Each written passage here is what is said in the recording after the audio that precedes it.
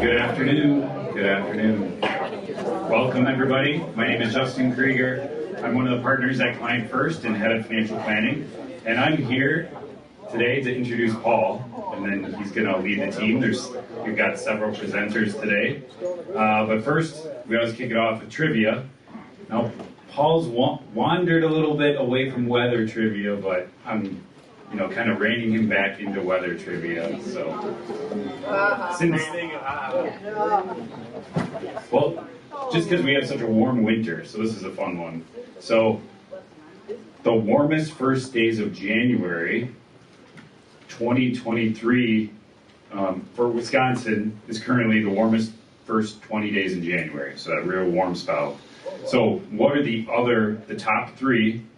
There's a top three listed here. What are the other years that are in the top three of the warmest 20 days in January in Wisconsin? Guesses. Go. Well, one clue. One of them is in this century.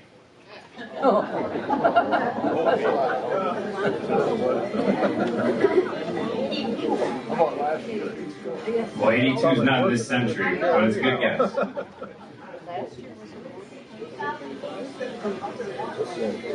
All right. Well, that's close. All right, so the other ones, the second warmest first 20 days in January is 1880. I don't know how accurate the thermometers were back then. Well, the other one was 2006. So, all right. So with that, I'm going to introduce Paul. I do have one question. Paul's going to cover it a little bit later when he's going over some of the different topics. So I've had the question from a few of you out there on home title insurance and theft of the title to your home. So I know there's products out there, insurance products or memberships to protect that. So that's one thing that I'm going to kind of tee up. Paul's going to cover it where he thinks it's best covered. But that is one question that I just threw on Paul today. So with that, I'll introduce Paul. He's a managing partner. He's a Marquette MBA grad, and this is. How many times have we done this presentation, Paul? This is our annual February presentation. 6 or 7. Sounds good. All right, here's Paul. So yes, I'm going to cover a lot today. We're taking a little bit different approach than we've done in the past. Okay? So I'm going to get through some of that. We're going to be very application heavy. You're going to see a lot of cases that happen in real life. A lot of names are changing. Where before I've done a lot of more data research or tactical, like how to change your Wi-Fi password, how to protect your personal information. So those resources are out there, so you have them. You do have a printout of the slides. You also have some QR codes. Oh, I got nailed my button. You do also have QR codes. So for those with your smartphones, you can get the presentation. You can get the glossary of all the identity theft. You can also get the self-assessment on how well you're doing with protecting your information. You can also get a copy of the presentation. That's all there for you. I'm also going to have some help today from three knowledgeable people. You're going to hear from Erich, Olson, you're going to hear from Chris Waala, and also Katie Gonring. A lot of you have seen her already. She's available for questions afterwards. The reason they're going to be helping me is there is now a lot of overlap between cyber protection and also fraud protection when you start weaving it into your home policies. So we'll have a little more information on that later. And why we do this is to help keep your information safe, right? We are big on true holistic financial planning, which is covering all your different financial needs. And if we can help you keep your information safe, that helps us keep your information safe and keeps it away from fraud and scammers and everyone else trying to steal your information. So that's why we do this, and we've done it a number of times in February, and it's always worked out really well, and so we wanted to provide this education for you. And by the way, I'm going to get into some cases. And the worst thing you can do when you listen to cases is go, oh, that would never happen to me. Right? Because then pride comes before the fall. So we're going to use this to learn from 20 different instances. Because right now, there is an identity theft case that happens every 22 seconds. So the time that I've been up here for a couple minutes, it's already double digits in identity theft. So that's why it's so critical for you guys to take a proactive approach to your own personal information and keeping it private. Some quick data, which was really interesting to me when I kind of dug into it. If you look on the left of your screen, you can see identity theft reports by age. It's not incidents, it's just how many people are reporting them. What's interesting to see is under 29, so kind of Gen Z, 21%, 30 to 49, so it's kind of my age group, 52%, 50 to 69, 23, and then 70 plus is 4. So those that are over 70, it happens to, they're just not reporting it because they're a little embarrassed. And what I want to tell you guys is, I'm going to have a slide to show you how to do it. Don't be embarrassed. It's happening all the time. Just report it. Get the help you need. So here's what's also interesting right here is the average fraud amount that you get kind of suckered for is about $500 for those under the age of 29. But it skyrockets is for those over 70 to almost like $1,000. Right? Nobody likes to be taken advantage of. Nobody likes to be suckered. We get it. But at least report it and help the authorities help you do whatever. So I'll have a slide later on that on how to report it. So that's some of the latest data. And remember, there's 15 pieces of information that they want, sorry. And it could be anything from your name, your address, your social security number, your job history, your social media accounts, your driver's licenses. They're just looking for something to start building a profile, to start getting access to, creating a fake bank account, a credit card, or in some of these cases, even further than that. And so if you can keep these safe, and like I said in prior presentations, I've shown you how to do that, you can go a long way for protecting yourself against fraud. And I guess here as well, I'll touch on the home title theft. What really happens there is somebody takes some part of your information and creates forgery and goes down to the county office and tries to get a title and swipe it out from underneath you.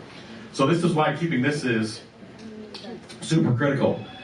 Now, what about home title insurance? You typically get that when you buy your house, right? So you got that covered. Another question I get asked is, well, what about this monitoring, like home title lock? You don't necessarily need to do that because it's not really, one, it's not insurance like they're claiming it is, so I'm not quite sure how they're saying that. And then two, you can do it yourself for free. It's super easy. Just go down to the county clerk and just check, and then run your credit reports. It's that simple. So it is a thing, but I will stress, of all the scams out there, home title isn't even in the top 10. Right? So it's super easy. Keep your personal information safe. You're going to go a long way in protecting against any home title theft. Make sense? All right.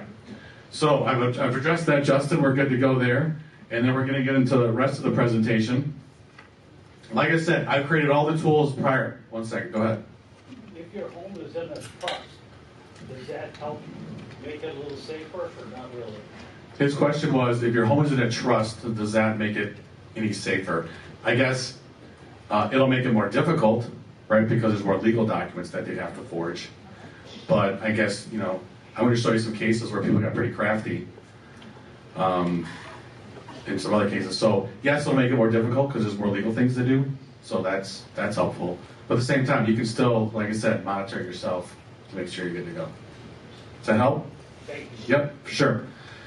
So back to all these tools, and I've got tools that'll show you how to get evaluate password managers, to securing your smartphone, to setting up a Google alert in your name, to securing your Wi-Fi at home, monitoring your credit, making sure you have a shredder.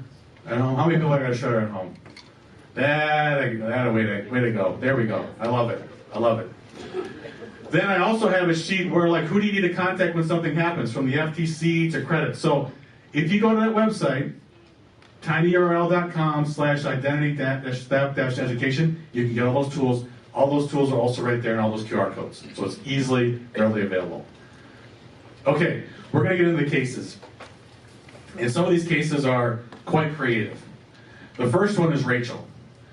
Rachel is a mom, young kids, just starting out in life, has some money but not a ton of money. but she really wants her daughters to have music lessons, right? Makes sense. A lot of us have had kids with music lessons. She gets an email.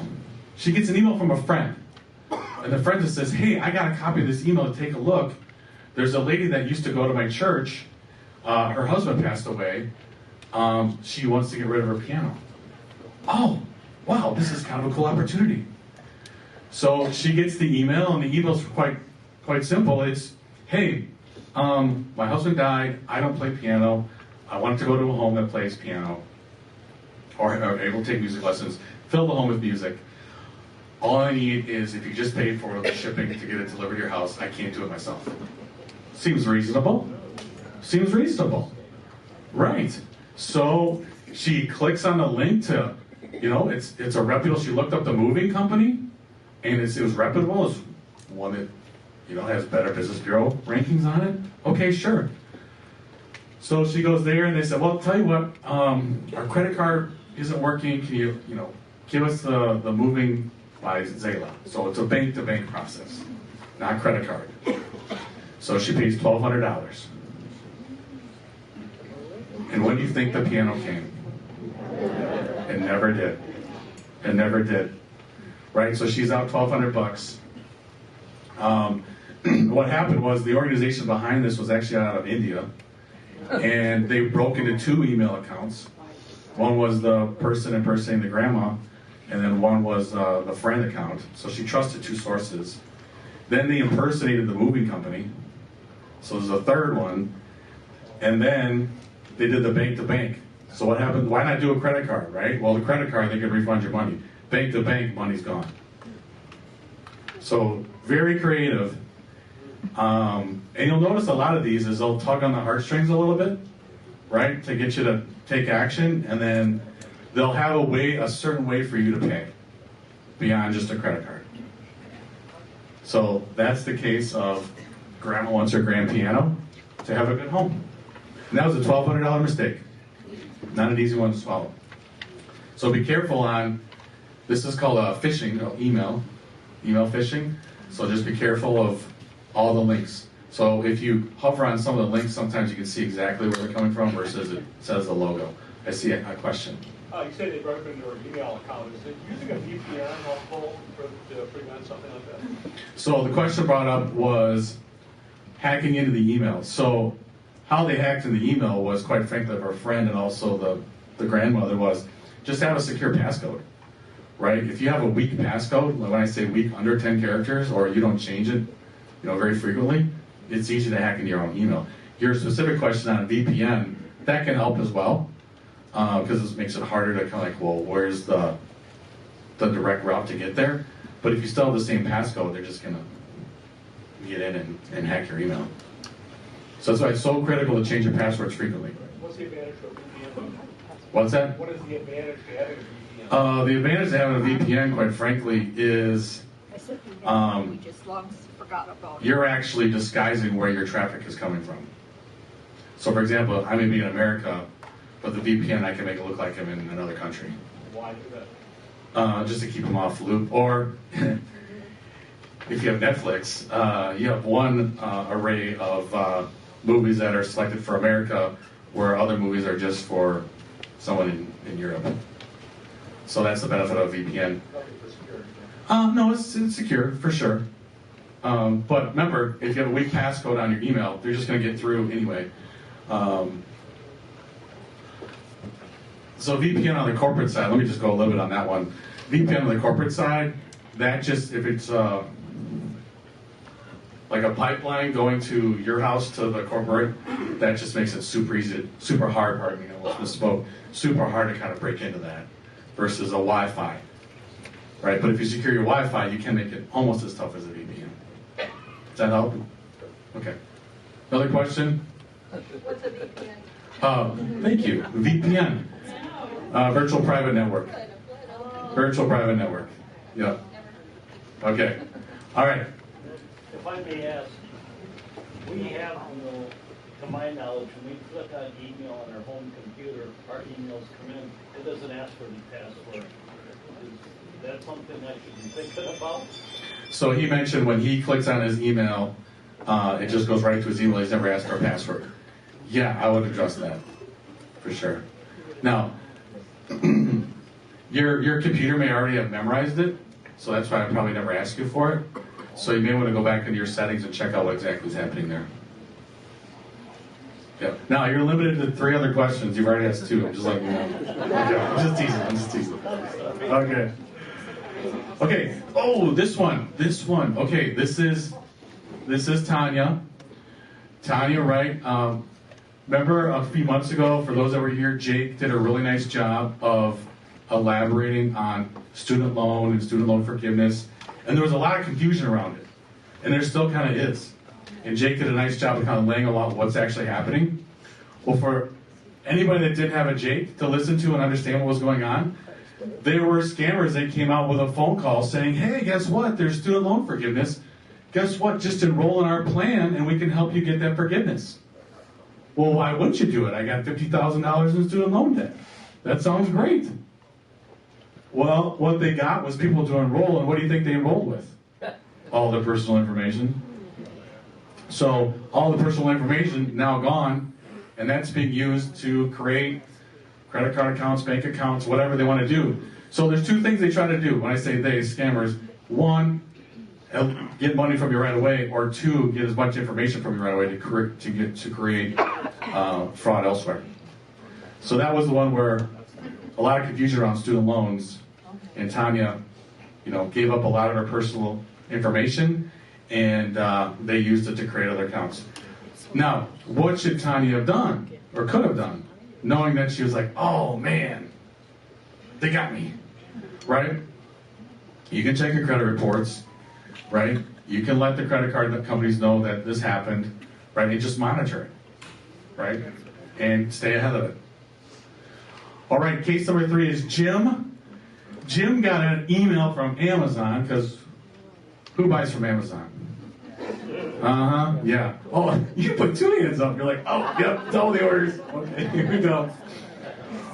Right? Hey, you were double charged for your order. We're sorry. You're due a refund.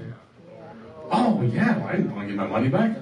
Why wouldn't I? I'm just going to click on my link, update my address, and all my bank account information. So again, another phishing scenario, access to your personal information, and then, bam, they got you, right? And when you release your personal information, then a whole lot of things happen. Not just immediately. It could be, months down the road. So that's why you do need to be diligent about checking your information. This one's a heartbreaker. This one is a heartbreaker. So this is, my name again was Karen.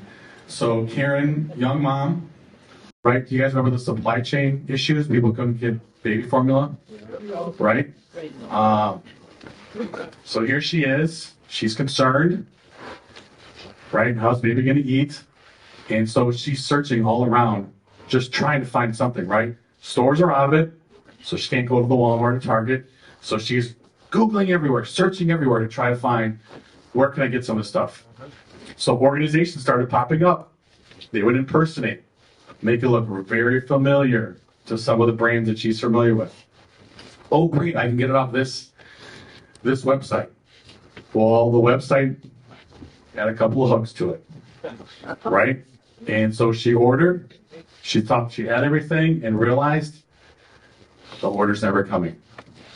So they preyed on the fear and not being able to feed her baby, and they got some fake orders. So that was a heartbreaking one. This one is a pretty prevalent one for a while. Case number 5. This is Ken. I overpaid? What? They overpaid? My refund? The government? What? So this is what exactly kind of what it looked like. So this is from the FTC. You get the tax rebate of $268.48 when issued to you for an overpayment. Click the link to continue. We got to correct this. You can't have more money from the government than you're due, right? Looks a little weird. So you click the link, and just like the others, you release a lot of your personal information. To the point where, you made it really easy, right? Because you have to put your social security number in, which makes it, well, that's That's like the easy highway for them once they get that. So that was a big prevalent scam as well. All love. A lot of you wearing red. Valentine's Day. Roses in the back. Right? Exciting and new. You meet somebody. They're not in your town. They're somewhere else. The profile. Whispering sweet nothings to you over FaceTime. Right? Oh, I really want to meet you. Oh, no problem. My credit card's not working. Can you help me out? Can you pay for my plane ticket? I'm stuck in an airport. Help me out. Oh, there's the romance scam. That's the one directly they get your credit card. By the way, I know I have this as number 6. Where do you think this one ranks as far as all the scams that are out there? Yeah, you said what? Yeah, it's up there. It's up there. And by the way, a little trivia. What time of year, and you can say in months, what time of year do you think this one is super hot? Like super. So you said December, okay? February? Every day? That could be. So you're right, it's every day, but the big amounts of traffic on this one is typically December and the holidays to right about now with Valentine's Day. So that, what is that, 2.5 months or so? But yeah. She was so pretty. Yeah. Nice. All right. Okay, this one became popular during the pandemic response, and this is where people were lonely and like, I should get a pet. Right, wrong, or different. You can agree or disagree with that, but more people got pets, and they would go to places to get a pet where they lived, and they were all out. Okay, well, let me get a purebred. And so they would look for a purebred and name a brand. It doesn't matter what breed it was. And they would look on Facebook Marketplace. Right? A lot of you go on Facebook Marketplace to get, whatever you need to get. And they would find people that would impersonate a really reputable breeder. And said, no problem. We've got the dog for you. Thank you for the payment, and we're going to ship it to you because it's not uncommon to do that. But before we can do that, we need to get you guys need to buy pet insurance. Pet insurance is also legit. So there's nothing irregular about that. So they buy the pet insurance, a couple $100. Then they're waiting for the pet to appear. The pet doesn't show up, and then they call the company they thought they ordered the pet insurance from, and that's not a valid policy. So they got 2 times, one for the pet and one for the insurance. That's what scammers call an upsell. All right, the last one I'm going to do before I bring up Erich Olson. This is Tina, and this one's very prevalent. How many of you know people, whether they're son, daughter, grandson, granddaughter, whatever, looking for a job, right? They're looking for a job on Indeed.com, maybe it's LinkedIn. They find a profile, they get hired really quickly, right? They get the salary they want, they get the job they want, they can work from home. Oh, wow, this is great. Screw my other job, I'm leaving, right? So then they get an email saying, hey, welcome. No problem. We can get you all your office supplies to set up your home office, right? It's going to be $2,800. We'll deduct it from your future paycheck, but we just need your bank account information to set up your direct deposit and your payroll, and then we'll deduct this. But you guys know what happened, right? $2,800 later. What? I don't have a job. I don't have any money. So that was a lot of job scams that are hitting kind of the under 40 crowd right now on Indeed and LinkedIn.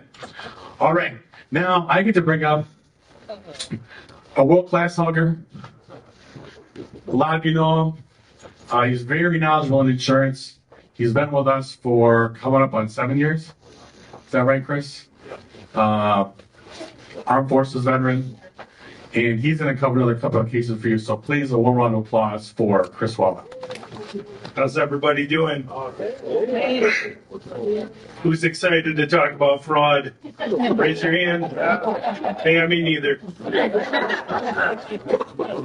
A lot of these stories just really put you down when you read these. It's unbelievable people do this. First case that I'm going to be discussing is going to be the case of disappearing $300,000 loan. A couple was getting really excited about purchasing a home. They're going through all the process of getting their loan all dialed in, all the underwriting. The loan gets approved and there's a big relief. They're excited for what comes next. Well, to their dismay, they became a victim of wire fraud, wire transfer fraud. Thieves got a hold of their personal information, contacted their credit union that they were doing the banking through, and used personal information to verify their identity and made 2 wire transfers of $160,000 and $140,000. Not good. Wire fraud is beginning to be more and more popular. Back in 2017, wire fraud was about 29% of all fraud cases. And the following year, it increased to 61%. Not fun. So this next one, my mom would never do this to me, just so you know. She's a wonderful lady. She's also a really good hugger. For those of you that know her, you can agree with me on that. When mother doesn't know best, family fraud hits a daughter hard. So dealing with identity fraud is bad enough when you don't know the perpetrator, but can you imagine if it's your own mom? Unbelievable. So Axton first became aware that something was wrong as a college student in 2001. She had a utility that was in her name, and the utility company required her to put down $100 due to her bad credit. And Axton didn't have any bad marks on her credit at all. She just had a few student loans, and that was it. So come to find out, she ordered her credit report, and a big envelope came, and it was 10 pages long. She had a credit score of 380, even though she only had 2 college or student loans. Come to find out that her mom had stolen her identity in 1993, ran up credit card bills under her name, didn't pay them. It took her years to overcome that. Obviously, with bad credit, your interest rates are higher, and it financially just takes a toll on you. Her mom passed away in 2013, and come to find out, her mom had also stolen the identity of her dad as well as her grandfather. Like I said, my mom would never do that.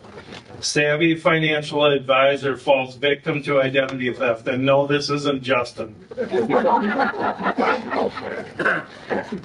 This person's name is Jay Smith. And around Christmas 2014, he started receiving notices that there was attempts to make a $3,000 charge on a credit card that he had. Then there was another attempt to charge a card that he had inactive. Then he decided to contact his bank, and through that found out that thieves stole $80,000 from his active accounts. They transferred those funds into 5 accounts that didn't belong to him. And there were a multitude of other things. They opened up a Western Union account that was tied to his account as an easy way to launder money out of it. So we had to work very long and hard with the bank to get that corrected. Insurance professional navigates tax fraud, and not this professional. The issue happened when Melissa e-filed her tax return and found out that her tax filing was already submitted. That's got to be a sinking feeling, huh? She was faced with multiple hours, 15 to 20 hours on the phone with the IRS trying to get it corrected. The whole time, and anytime you're dealing with the IRS, it's slow moving. So she had to spend all that time and still didn't get resolution. They kept telling her that it was going to take forever for her to get her $1,100 refund. Eventually, she got that sorted out. So we have an elderly couple that have carefully planned for their retirement, and they secured affordable apartment for their senior years, so that had the support that they needed to carry on life. The problem was they didn't know their address was going to be used against them to commit fraud. A temporary state-paid employee who worked at the building stole their identity. They used their personal information to open up email, open up online Social Security accounts, view their bank account balances, and access life insurance, all without their consent. Just astonishing what people will do. Isn't that amazing? Yes. All right. And then the last one here that I'm going to be presenting, and then I'm going to bring up Erich, who's wonderful. He's not as good of a hugger as me, but that's not too many people are. So Katie Smith, who can't be confused with Arcadian Insurance, is living an upright life, working for a large manufacturer, saving for retirement, being a good neighbor, when she received a voicemail from Kohl's department store talking about activity on her newly opened account. But the problem was Katie didn't have a Kohl's department store account. Through her research, somebody had used her social security number, date of birth, and address to open accounts at Kohl's and 14 other stores, running up a bill of over $18,000. She thought she was going to be sick. You feel vulnerable when that happens. And it's not like they stole her car, they stole her identity and just ran up bills. She did all the right things. She shredded her mailings, she used secure passwords, but still, bad things happen. All right, and now it is Erich's turn. So excited for Erich. It's going to be good. ABC is married, so... Oh, thanks, Chris. All right, well, I will set this down. I got some notes here.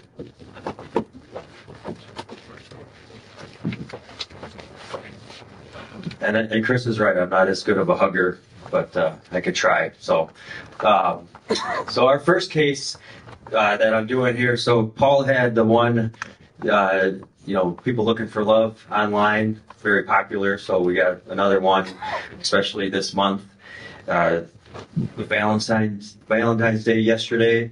So this Casanova was an imposter. Basically, we got James, who he's a real estate agent. He was getting some messages on Facebook from different women, and he thought he's just a popular guy, and come to find out there was a profile made to imitate him, so using his picture and everything. And these women are reaching out because they started doing their own research and found out that they may have been some fraud. So over 50 women ended up messaging him. So his hopes of finding love online were not coming true like he thought they were. And some of these women, come to find out, they had sent money to the person impersonating him, and it was just a big mess for them, but also for him, because they were used. He was in real estate. This kind of went against his reputation, and it just things he had to clean up too. So he learned the hard way, but he basically had to go online and change his accounts or lock up some of his information and get that cleaned up. But if you're looking for love online, just beware. I don't know, anybody here meet their significant other on dating website? No? Good. So you won't get scammed there? They wouldn't feel like they got scammed even though they didn't meet their... Okay. We won't go there. This won't help with that.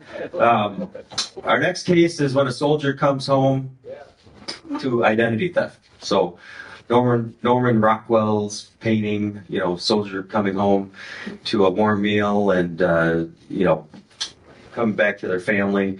Well, this soldier, Rick, did not come home to that. Rick is in the National Guard and he's serving overseas.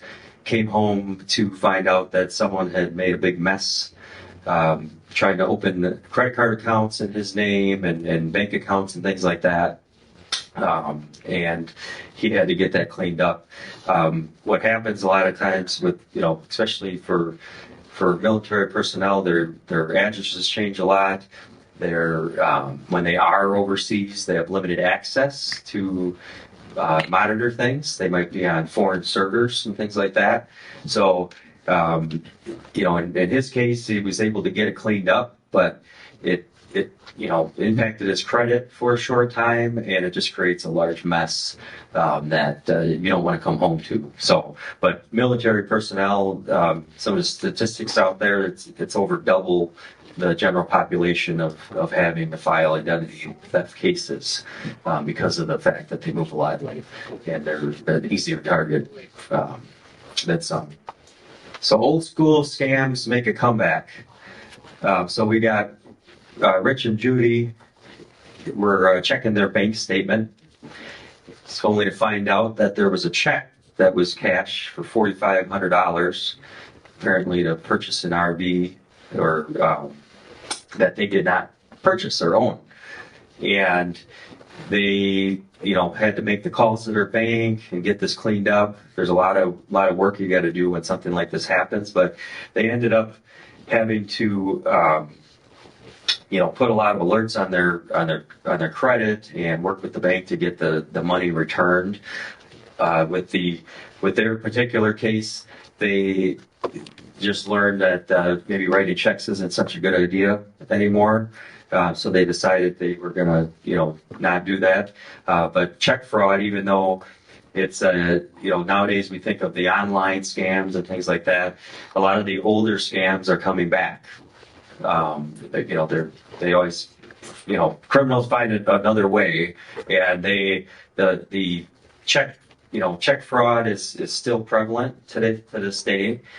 So it's one of those things that, you might think it's going away or they've moved on to other things, but people are still, if you don't shred your papers and things like that, people can still get your information and do some of those old school fraud, like the check fraud. So our next case is another tax fraud. So this is Mary Ellen. She's a retired teacher out of New York, and she got a similar call from her accountant at 8 in the morning. You get a call from your accountant, probably not something good first thing in the morning, but found out that her tax return was rejected. Somebody already filed, and the IRS wants their money. So for her, she had already done a lot of the steps. She was doing the things at home, shredding papers and not keeping her information out there online, but it still happened to her. In this case, it had a good ending. She was able to get things cleared up. She has a PIN set up for next time. So when she files her taxes, she has a personal PIN number, but a lot of work, even though she's retired, she doesn't have time for that, but she did have to do a lot of work to get that cleaned up. So this case, this is more of a business case. A contractor, we'll call him Mike, but Mike went to Lowe's to purchase some materials, only to find out that his card was being declined. And in this case, it spiraled out of control. He learned that there was like a $10,000 purchase or money taken out of his account, and in an account that was sitting there with money from jobs that he was collecting money for. So this was clients' money. Jobs weren't done yet, and essentially he had a very big mess that he had to get someone else involved to help clean up. But in his case, he was being a business owner. He was a single employee himself. This took a lot of time away from him being able to do his business and get it cleaned up. And if he hadn't gotten some help, could have put his business under. So, but in his case, there were multiple things going on. They had credit card transactions, bank transactions, and he had to unravel all that to get back on his feet. Okay, so our last case is Bonnie. Woman battles IDs, thieves who keep coming like zombies. So Bonnie's retired, and one day she got her statement to see some video game purchases on her account, which doesn't fit the profile of Bonnie. She doesn't game at all. She's not a gamer, but she found that, and of course, once she detected it, she went to research some more and found out she had several subscriptions to gaming services as well. And so essentially in this case, her credit card had been compromised and these charges were just getting put it on. And if she wouldn't have caught them, she just kept going. So, but even when she got the first one cleaned up, except this kept happening month after month for several months until she ended up going through a service to get some help. But when she thought she had one down, then another one would pop up, and it just kept going on for a while, even though she was calling the credit card companies and getting things changed. So the zombies kept coming, but in her case, in the end, she was able to keep on top of it and get some help to get that cleared up. So key learnings from the case studies. We have a question right here. Oh, yeah. What's the question? I just want to say with the slide before this, Yes. when I saw a fake charge on our account and I called the company, the charge company said, you know what, we want to stop this right away. We're going to issue you a brand new card. And I said, really? Just one time? And they said, yes, we have to do this. Yeah, and that's a good point. A lot of banks, especially credit card companies, they're very proactive. A lot of times you'll get the call from them. And you won't say, hey, we see these charges, and is this you? No, okay. And then the easiest way is to shut it down and send you a new card, which still takes a little time. But banks, I do the same thing. If you ever lose your card, they can just cancel that card and get you a new one. But yeah, it's still frustrating because you have to go through and wait for that card. But that's pretty much protocol for a lot of the banks nowadays. When you talk with it's a good thing, though. When you talk with companies, I often have to say, don't keep my credit card number on your file. Oh, but it's encrypted. Yeah, right. Yeah. Nothing's safe. I mean, if government agencies can get hacked and large corporations, my home computer probably wouldn't stand a chance. Thankfully, we're probably not as targeted as some of those places, but a lot of the times it's just you got to the sooner you figure it out, the faster you can remedy it. But unfortunately, it's usually not your fault. Well, the FBI, I'm with about 80,000 people across the country that purpose is to avoid cyber warfare and such. Mm-hmm. But our FBI was hacked. Yep. And then I asked, well, all right, so I know you vet us all the time. So what information was stolen for $50,000 being offered on the dark web? Well, we can't tell you. For your own protection, yes. Yeah, right. Yep. Right. Yeah, so, I've done these presentations over the years, and really it's, there's not, you could do everything that you would think you could do, but there are cases where you did everything right and it happens. So you need to know what to do from there. But our case studies, a lot of them have a common theme. Like Paul said, they pull at the heartstrings. The criminals have a way to trick anybody, basically. If you're looking for love or you want a new pet, or you want to buy some on Facebook, every transaction, you got to be on your guard. But they always pretend to be from something a lot of cases. If you're actively being targeted, that's how it'll come in. Usually there's some sort of a problem or, something where you can help or a prize, that you'll get something out of it by providing information. And then they might pressure you. there's a deadline, so we got to do this right now, or stop you from thinking. And then a lot of times they'll tell you how to pay in a specific way. So there's a lot of cases where they might take you off the safe website that you're used to being on, or take the conversation. If you're on Facebook, they might say, "Hey, give me a call," or "Let's do this through text." So now you're not in the safer place. So, but a lot of similarities as we saw. Some of the learnings, how you can avoid it. So, blocking unwanted calls and text messages. If you have a cell phone and you get a call that you don't like, a lot of times you can now indicate if it's spam or not, and even block it so it doesn't even ring when it comes to you. So that's one way you can do it. Text messages, same thing. Even on a lot of the social media, you can do the blocking feature. Don't give out your personal information to a request you didn't expect. So a lot of these things we're used to now, but if you get, your bank tells you we won't ask for personal information or call you, a good practice is whatever entity is trying to reach out, you're not available right now, you'll call them back, and then you can call the number that or go on the website that not the one that they're directing you to. So, but just good practice. And then resisting pressure to act immediately. So, if it sounds like you got to do it right now, maybe that's your indication. I need to think about this some more. So, resist the pressure to act immediately.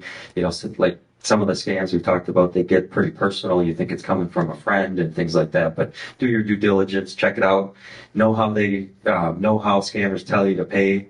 So, a lot of times, again, they're going to take it offline. If it's something you're not comfortable with, probably something that you should look more into. If they're telling you to use an app or some sort of payment method other than what you're comfortable with, or you tell them how you're willing to pay, and that if they stop talking to you, that probably tells you it's not legit. And then stop to talk to someone you trust. Again, just take the time. If it doesn't feel right, trust your gut. Maybe talk to someone that you do trust, and before you take any action. So being from the insurance agency, I know Paul mentioned it in the beginning, but there are some things that some of you might actually have in your home policy or property policy. A lot of the companies that our agency works with have some of these products available, and these are things you can add to a policy. But so if you have these or you don't have them, this just give you some background. But there's two. One's identity fraud coverage, and one's a cyber coverage. And these are things that the way I put it to clients, it's an after the fact product. Okay, so these are items you can add to like a homeowner's policy, and it doesn't really prevent anything from happening, but if it does, it gives you somewhere to go. So the first thing you usually think about is monetary. What's going to be covered? I lost this money from the bank or my credit card. Generally, you can get that back if you report it to them. They do that, but there may be other costs associated that aren't covered. So that identity fraud expense, number one, you usually get a case manager. So you get someone you can call that's experienced, so they can guide you through the steps to take to get this situation remedied. They work with you on that. The expense reimbursement, it could be lost wages. You might have to take time off of work, so that's part of it, legal fees, and then there's other expenses you might incur too. In extreme cases, child and elder care, if you have someone you're caring for or children that you have to pay to go to daycare while you take care of some of these things, you can recoup those, and even if it's bad enough, you can get some mental health counseling and get that paid for too. But it's a nice coverage to have. I would say that the main thing to know is it doesn't prevent anything. So if you're looking for something that's going to tell you when this happens, there's other products out there, and we have some of that in our toolkit. Now this is a newer one. So cyber coverage is specifically for the online stuff, and this is starting to be offered with our business clients. It's definitely something that's been around for several years, especially if they're working with online or with clients, transactions, money. But the home cyber coverage protects individuals, and it basically is there. It's kind of like the ID theft, except it's around anything online. So you have someone you can call to help. That's an expert to remedy a situation, and it can cover things like just the cost of a damaged computer, or even like ransomware. That's where they hold your computer hostage and say, if you want it back, you got to pay. So, but this is another one. Some of our carriers have it combined with the ID theft. But it's good to know, if you have this or don't, if it's available, it might be something worth looking into further. The average cost, it can be anywhere from, I would say, $20 to $80 a year. And some of them have different levels, but usually there's no deductible for this type. It's a separate kind of an add-on to the home policy. And with that, we have some resources at Client First that Paul's going to tell you about, but I would direct you to the FTC website. If you have a case of fraud, you can report it there, and then there's tons and tons of resources on there that you can read of where to go if something happens. But there's a lot of good information out there, a lot of it we use for this presentation. So with that, give it back to Paul. Thank you. Yeah, I really appreciate Chris and Eric, and get a little excited with all the slides there. No problem. Hey guys, I just got a text. You ready? From USPS. So I'm supposed to assume that's United States Postal Service, I assume. Yeah. We regret to inform you that your package that arrived on Tuesday, February 14th, will be returned if you do not update your shipping information. And the website is uscourier.com. Well, that doesn't make any sense. Sometimes I wonder if I just did it just to have a little fun, but don't do that. Don't do that. Just report the fraud. FTC does a nice job reporting the fraud and taking care of it. They do, the reporting's good, their action is good, a lot of helpful resources there from the Federal Trade Commission. So I do like to always refresh your memories on how we keep your information safe. When I say we, Client First, right? Because they covered before on how a financial advisor was taken advantage of, or use some of the tax things, and they were in tax and wealth advising. So we have a password manager for all of our employees, right? That needs to be updated at a certain time frequency. We do two-factor authentication. You'll see a lot of badges up here for different service organization controls, which we have. We have 256 encryption, and then we have antivirus. And we just updated one of them. We used to use Avast, which is a really good company. We changed to Sentinel. Sentinel, remember when I gave a presentation a little while ago, talking about SolarWinds? That big hack that happened? Well, Sentinel was the group that found that and fixed it.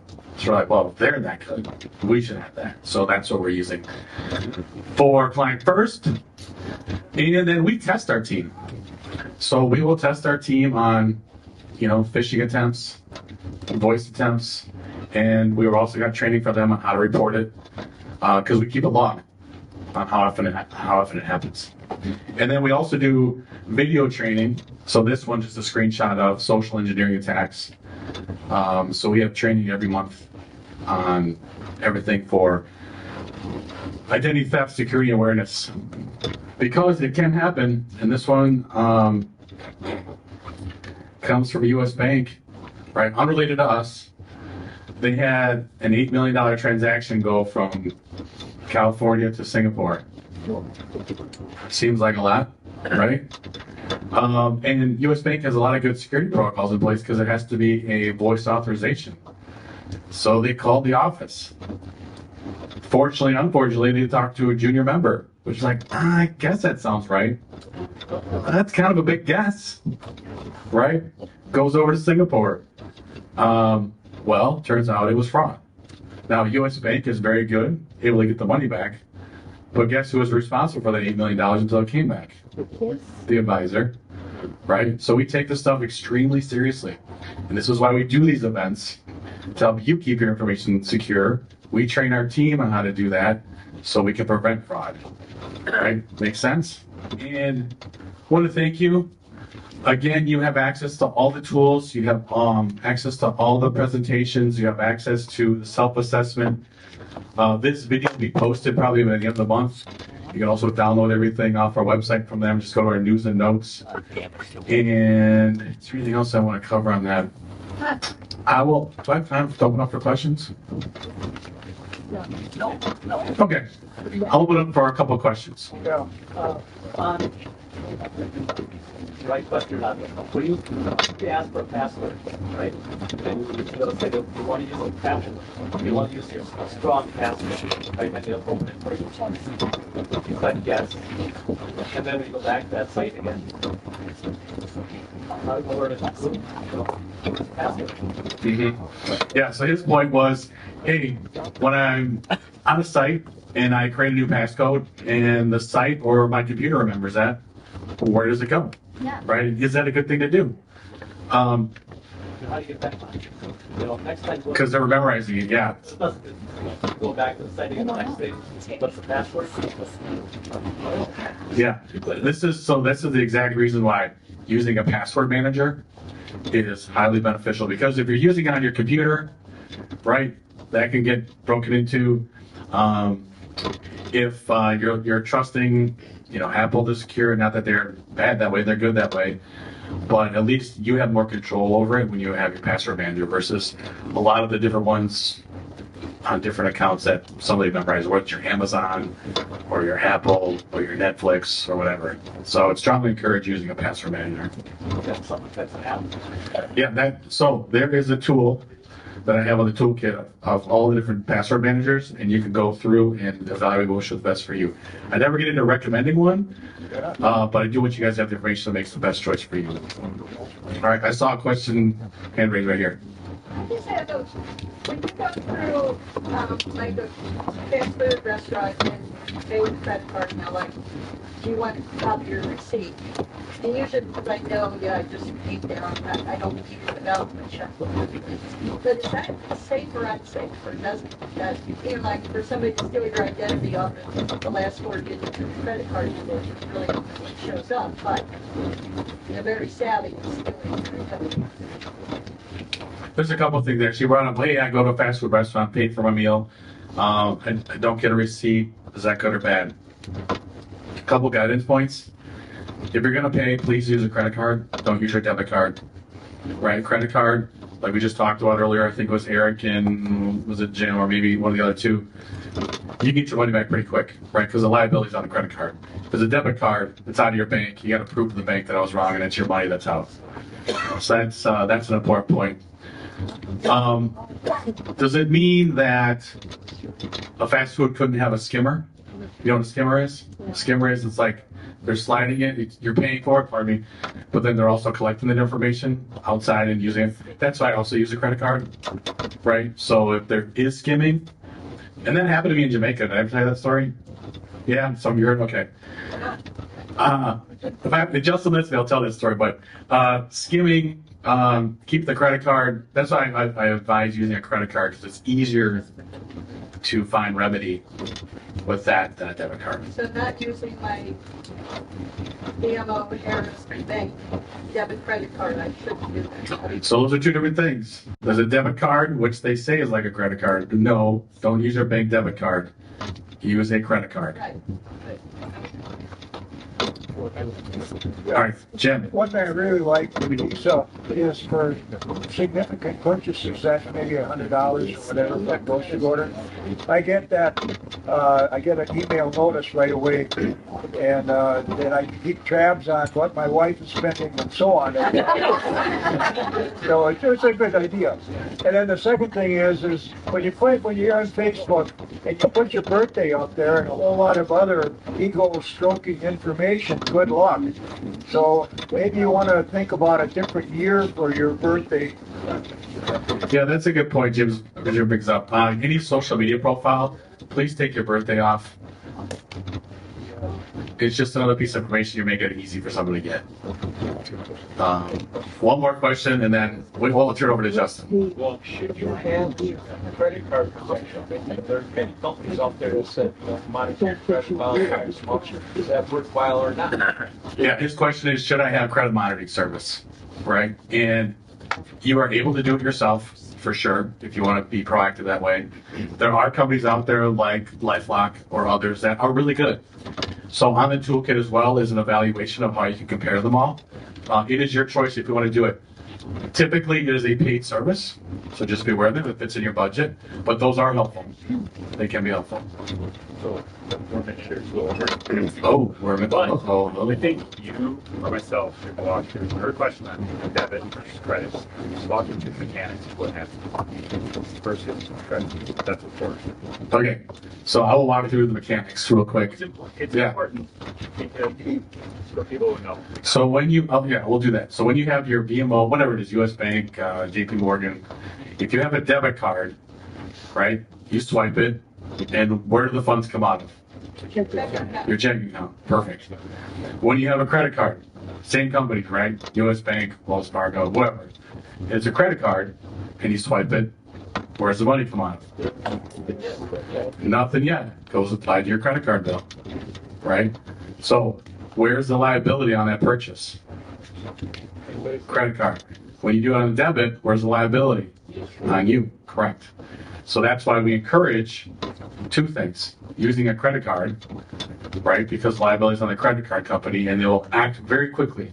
If not, like Eric said, proactively. Hey, is this you?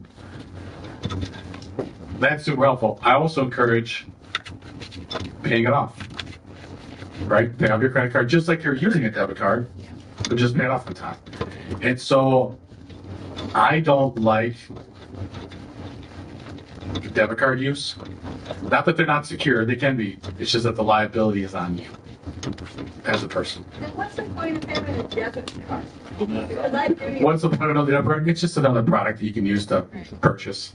Just another way to do it. Okay, one more question, and then here's what we'll do. I know there's other questions. I'll be available for questions afterwards. If you have things on insurance related, then Eric, Katie, and Chris will be available, and we'll get things going. I have a debit card from my bank, which I can also use as, they call it a credit, where I could not put a PIN. What about that? Is that coming out of my checking right away? Yes, it is. If you have a debit card, regardless if you're using your PIN or not, like you go to Menards and you swipe, you're like, oh, just press the yellow key for credit. Well, it's still coming out of your bank account. Yep, for sure.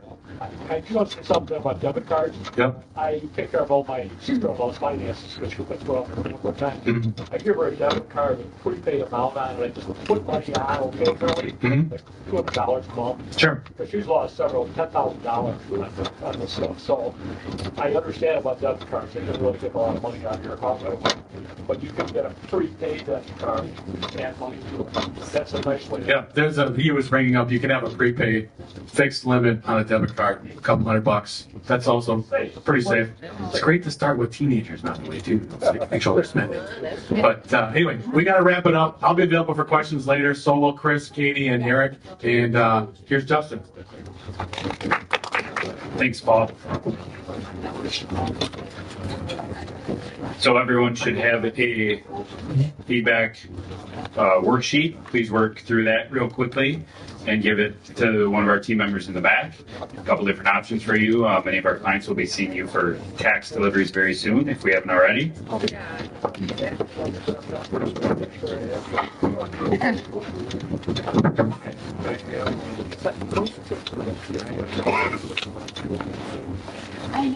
Our schedule, Rob Mielik is up next month, and then he'll go over some estate planning items. We have another slide with a little bit more details.